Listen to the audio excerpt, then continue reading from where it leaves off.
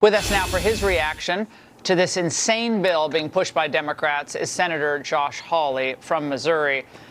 Senator, you and I have talked about this. I mean, remember when they wanted those poor little toddlers on the planes, you know, with their bibs? They had to have the masks on. The kids were pulling them off, and Democrats like, you mask up, little Johnny. But now they don't like masks when they're actually protecting the families of these ICE agents. Yeah, I remember it really well, Laura, because my kids were some of those toddlers on the planes, and I still remember being threatened with expulsion from the plane permanently unless my kid, my 3-year-old, my 4-year-old, kept the mask on his face. I mean, these people wanted to solder the masks on our children permanently, so you could never take them off. They have no problem with the Antifa losers wearing masks all the time on campuses and everywhere else. But if you're operating with the badge, oh no, now you're enemy number one. You shouldn't be able to protect yourself and your family. It's exactly backwards, Laura. We ought to say when you have the badge on, you are operating to protect all of us. You represent all of us. You ought to get all of the protection that you can possibly have. If you're a looter or a rioter, you don't have any right to be anonymous. You ought to be prosecuted as usual. Democrats are on the side of the criminals, not on the side of the American people. Now, someone like a Cory Booker, who has been reasonable in the past on some issues. I mean, he's had his moments, but I mean, you can actually have a conversation with Cory Booker. What is he thinking here, do you think? Because to me, this seems like political suicide for the Democrats. Most Americans want every single illegal out of this country. They don't want exceptions. They don't want carve-outs for hospitality or carve-outs for farm workers, sorry. They want them all gone, bye-bye, and then you can reapply later, maybe. But so what's Booker thinking about here? I agree with everything you just said, by the way, about what Americans want. I think that is 100% accurate. But the Democrats, you got to remember, their base now, Laura, their base are increasingly illegals, criminals, and people who love criminals. Look at the LA riots. The Democrats are out there cheering them on. Here you've got these rioters burning cars, blowing up stuff, and waving the Mexican flag. And the Democrats are saying, oh, peaceful protest, this is wonderful, keep it up. I think they are so out of touch with the American people. They've become the party of crime and lawlessness. We're the party of law and order. They're the party of the criminals and the illegal elements, and that is who they represent. That's who votes for them, and you see them responding to it now. Again, it is exactly backward, totally upside down.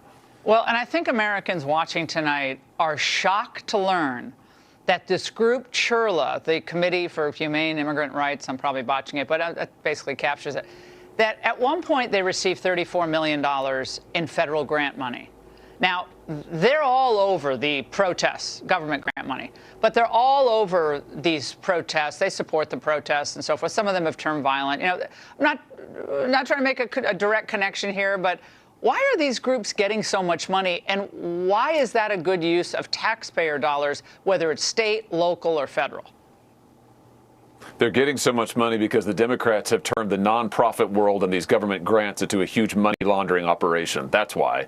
And that's why the work that the Trump administration has done on exposing USAID, all of these other nonprofits that are taking taxpayer money, laundering it through into, frankly, illegal activities, as we're seeing with these riots. It's also why, Laura, we need to follow that money for all of these rioters, for all of this civil unrest that's going on. I mean, it's really not even civil, it's criminal unrest that's going on. We need to know who's funding it. Where is it coming from? There's nothing that the Department of Justice is doing right now that is more important than getting a read on this money, finding out who is using it, who is pouring it into all of these illegal groups, and we've got to stop the government funding of all of it. Turn off the money spigots.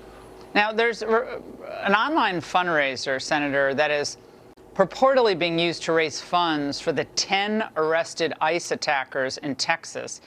Now, it only has about, $9 grand in it so far, but the description of this fundraiser says those currently face serious charges aimed not only at ruining their lives, but signaling an authoritarian criminalization of dissent and protest against ICE.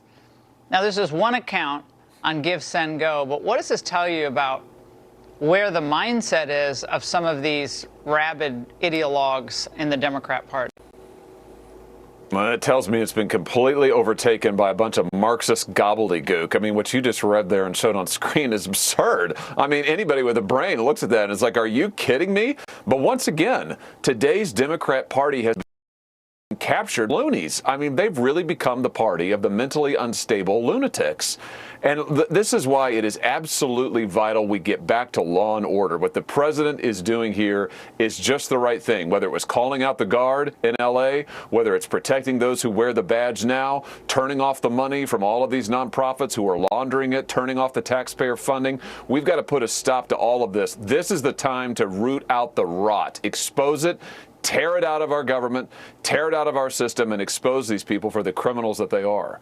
And at the same time, Senator, we have American corporations that are firing American workers and seemingly replacing them with foreign workers. Microsoft just laid off about 9,000 employees after applying to fill thousands of foreign worker positions in the months leading up to these mass layoffs. This is just more abuse of this H-1B visa program that I have been covering for, I probably think I've been covering this for 20 years. But it's getting worse. And President Trump has to understand that this, talk about an existential threat to America first, replacing every American worker with a cheap foreign laborer. Oh, that's exactly what these mega corporations want. And you're absolutely right. This is incredibly abusive, and we've got to stop it. These corporations, you know, I can choose another one. Take Tyson, for example. These corporations outsource American jobs, shut down American plants, and then they not only bring in foreign workers, they use illegals, they use illegal child labor. They're the worst. You can't trust them to do anything. We've got to get back to enforcing the law, number one, and protecting American workers born and raised here in this country, or legal workers who are here legitimately. What we should not be doing is inviting more foreign workers to come over here and to take our jobs. And by the way, drive down wages. That's the other thing, Laura, is you know a lot of time the wage differential is the foreign worker gets paid less, which means the corporations save money. We need to protect American workers and get higher wages. Every time, Senator, I'm sorry to interrupt. Every time I hear one of these tech CEOs claiming, we can't find workers, you know, and I say, what are you paying them?